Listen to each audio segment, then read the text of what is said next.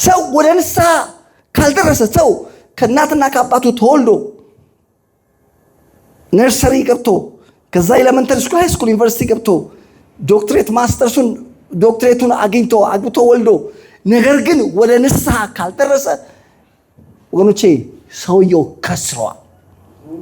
ለሰው ትልቁ ደረጃ እዚህ ምድር ላይ የመጀመሪያው ነገር ምንድነው ካላችሁ ወደ ንስሐ መድረስ ነው።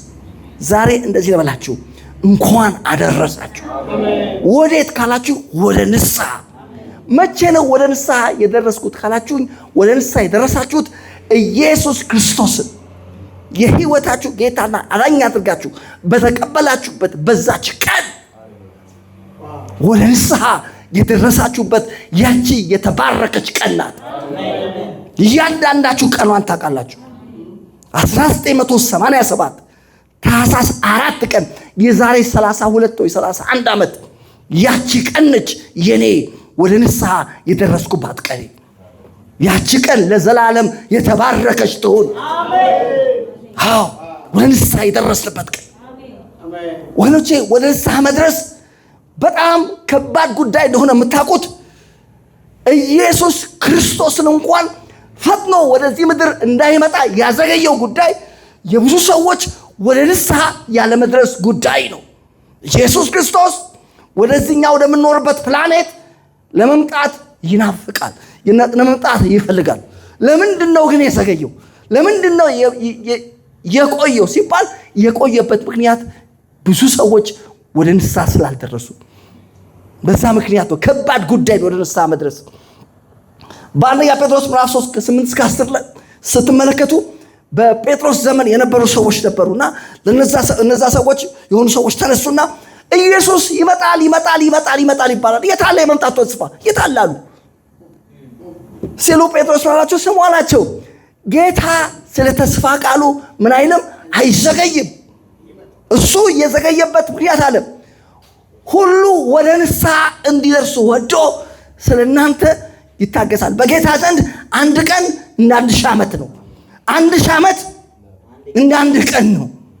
ጌታ የዘገየት ሁሉ ወደ ንስሐ ምን እንዲሉ እንዲደርሱ። ክርስቶስ እነግራችኋለሁ ዛሬ ቢመጣ በሚሊዮን የሚቆጠሩ ሰዎች ወደ ገሃነመ እሳት ይገባሉ። ክርስቶስ ወደ ንስሐ የመድረስ የሚባለው ጉዳይ ወገኖቼ ኢየሱስ ክርስቶስን እንኳን ወደዚህ ምድር እንዳይመጣ ያዘገየው ነገር ነው። ስለዚህ እንዲህ ልበላችሁ እኛ ደርሰናል። ወዴት? ወደ ንስሐ። እነግራችኋለሁ በደረስንበት እንመላለሳለን።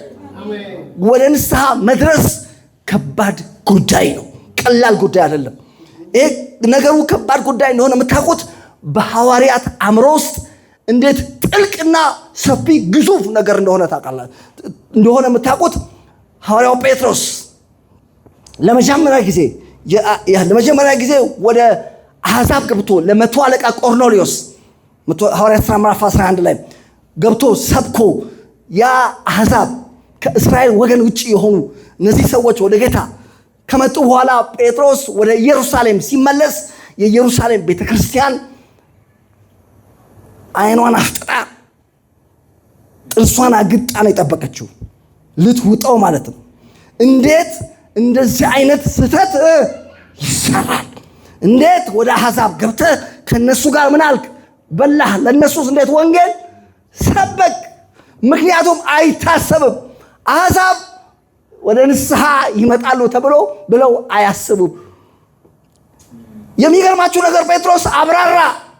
እናንተ እንደመሰላችሁ አይደለም ነገሩ እንደዚህ ነው ብሎ ከመጀመሪያ እስከ መጨረሻ በዝርዝር ነገሩን ካስቀመጠ በኋላ ሙሉ ሐዋርያት ጭንቅላታቸውን ይዘው በሐዋርያት ሥራ ምዕራፍ 11 ቁጥር 18 ላይ አቤት ጉድ ነው። እንግዲያስ እግዚአብሔር ለአሕዛብ ለሕይወት የሚሆን ንስሐ ሰጣቸው። ለአሕዛብ እንደ ሰው ለማንቆጥራቸው ለአሕዛብ፣ ለነሱ፣ ለኢትዮጵያውያን፣ ለአፍሪካውያን፣ ለኤዥያውያን፣ ለአሜሪካውያን፣ ለሌላው ማህበረሰብ ከእስራኤል ውጪ ላለው ሕዝብ እግዚአብሔር ሰጠ። ምን? ለሕይወት የሚሆን ምን? ንስሐ። ለሕይወት የሚሆን እግዚአብሔር ስሙ ይባረክ።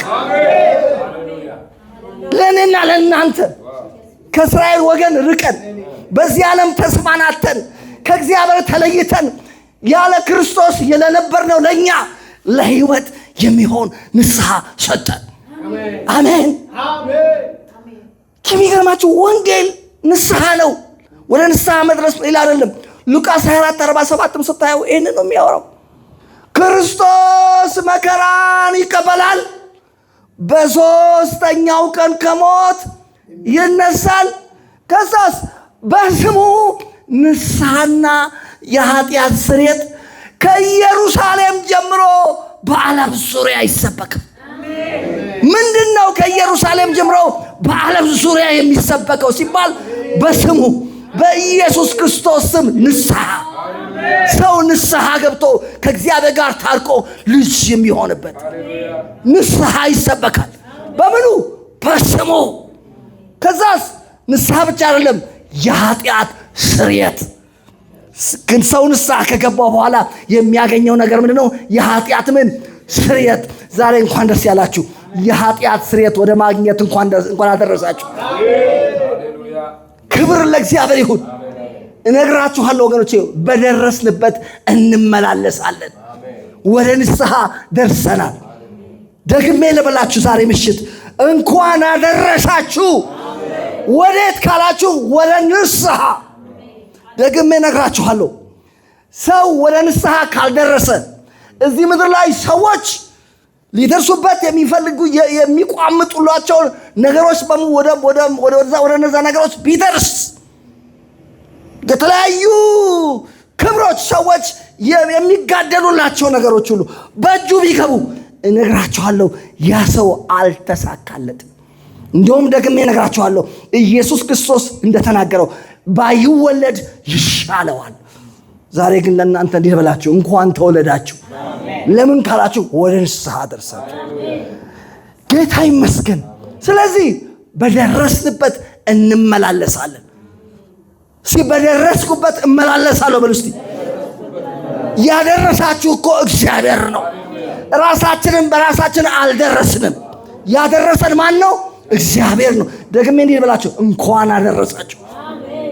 እኔ ወደ ክርስቶስ ከመምጣቴ በፊት ከመጣሁ በኋላ እናቴን ቃለ መጠይቅ አደረኩላት። ለመሆኑ እኔ ጌታ ኢየሱስ ክርስቶስን የህይወቴ ጌታና አዳኝ አድርጌ ከመቀበሌ በፊት በህይወቴ ላይ ይታይ የነበረው ምልክት ምንድን ነው አልኳት። ምን እንዴት ያደረገኝ ነበር አልኳት።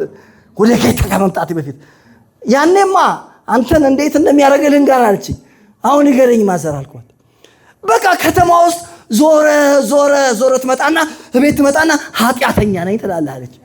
እንደገና ደግሞ አሁንም ከተማ ውስጥ ዞረ ትመጣና ኃጢአተኛ ነኝ ትላለህ አለች። በኋላ መጨረሻ ላይ አንድ ቀን ልውጥ ብለህ መጣህ አለች። ሃሌሉያ! እኛ ሃይማኖት አይደለም፣ ህይወታችን የእውነት ተለውጧል። ሃይማኖት አልቀየርንም፣ ህይወታችን ግን ተቀይሯል። አዎ፣ ምክንያቱም የእግዚአብሔር መንፈስ ወደ እኔ መጥቶ እየወቀሰኝ ነበር።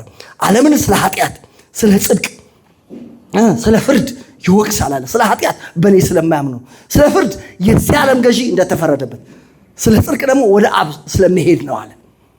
የእግዚአብሔር መንፈስ ወደ እኔ ቀርቦ እየወቀሰኝ ነበር። ንስሐ አማረኝ። እግዚአብሔርን ፈለግኩት፣ እግዚአብሔርን ተጠማሁት። ሃሌሉያ! የጌታ መንፈስ እየተንቀሳቀሰ ነበረ። ጌታ ይመስገን። በሚያስገርም ሁኔታ በነበርኩበት የሃይማኖት ቤት ውስጥ እንኳን እየሄድኩ አንዳንድ አባቶችን ሁሉ አነጋግሬ ነበረ። እንዴት እንደሆነ የህይወት እንዴት ወደ ንስሐ እየተነጋገርኩ ነበር። ምክንያቱም ሰዓቴ ደርሶ ነበር፣ ጊዜ ደርሶ ነበር። ጌታ ይመስገን። ደግሜ እንዲህ ልበላችሁ፣ እንኳን አደረሳችሁ።